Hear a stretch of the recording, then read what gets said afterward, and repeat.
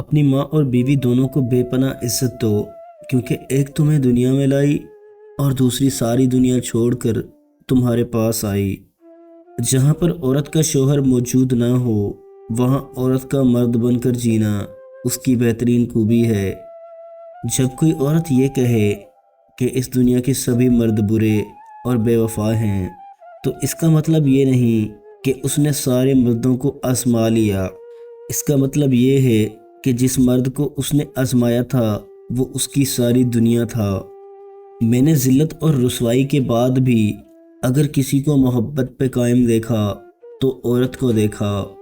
مرد کی وفا کا پتہ عورت کی بیماری میں چلتا ہے کہ سکہ کھوٹا ہے یا کھرا۔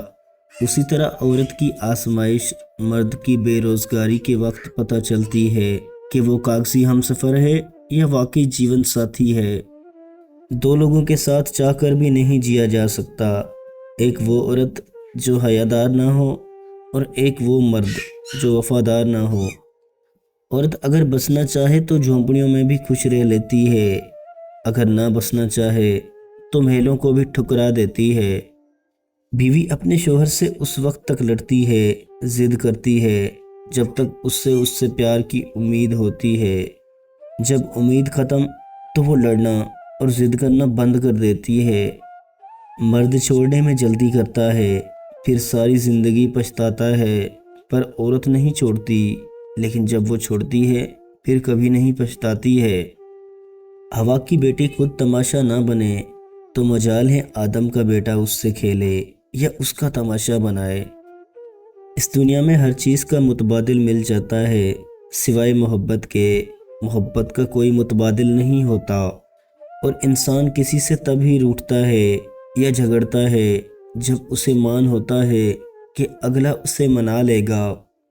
بانو قدسیہ کہتی ہیں کہ ایک زخم بھرنے کے لیے یہ ضروری ہے کہ اس کو کریدا نہ جائے۔ جب عورتیں مرد کی تمام خواہشات شادی سے پہلے پوری کر دیں گی تو مرد کو نکاح کی کیا ضرورت ہے پھر؟ سسرال کے مسائل شوہر سے ڈسکس کرنا ایسا ہے جیسے ملیریا کے بارے میں مچھر سے بات کرنا۔ کسی مصور نے کہا تھا کہ کسی اداس عورت کو لال لپسٹک لگا دو تو وہ مکمل اور خوش دکھائی دیتی ہے۔ چند گھٹیا عورتوں کی وجہ سے چند گھٹیا لوگ سمجھتے ہیں کہ عورت برائے فروخت ہے، یہ عورت پیسے پہ مرتی ہے۔ ساری کی ساری چالاکیاں اور ہوشیاریاں صرف دنیا میں ہی ہیں۔ اس کو بے وقوف بنا لیا، اس سے جھوٹ بول لیا، اسے دھوکہ دے لیا۔ لیکن یاد رکھیں، جو کچھ آپ کر رہے ہیں وہ ہواؤں میں نہیں اڑ رہا، بلکہ فرشتے لکھ رہے ہیں اور اللہ پاک دیکھ رہا ہے۔ سخت الفاظ بولتے وقت انسان کو یہ یاد نہیں رہتا کہ سننے والے کو وہ الفاظ کب تک یاد رہیں گے۔ مرد خوبصورت نہیں ہوتا، مرد ہینڈسم بھی نہیں ہوتا، اس کی خوبصورتی اس کے رنگ یا قد میں نہیں ہوتی، بلکہ اس کے کردار میں ہوتی ہے۔ ایک مرد کا کردار جتنا مضبوط ہوتا ہے، مرد اتنا ہی خوبصورت ہوتا ہے۔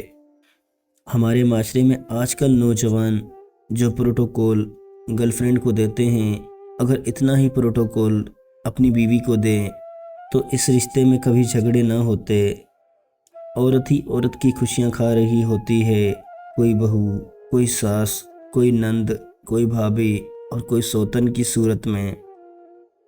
بے وفائی انسان کو مارے نہ مارے، بے پرواہی ضرور مار دیتی ہے۔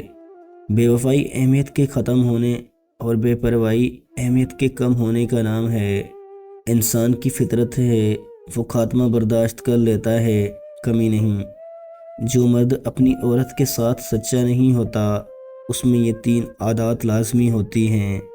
وہ عورت سے پیسے نکلوائے گا، اس کو عزت نہیں دے گا اور اس کی ہر چیز پر تنقید کرے گا۔ عورت کو کوئی کام کبھی تھکا نہیں پاتا، لیکن رویے تھکا دیتے ہیں۔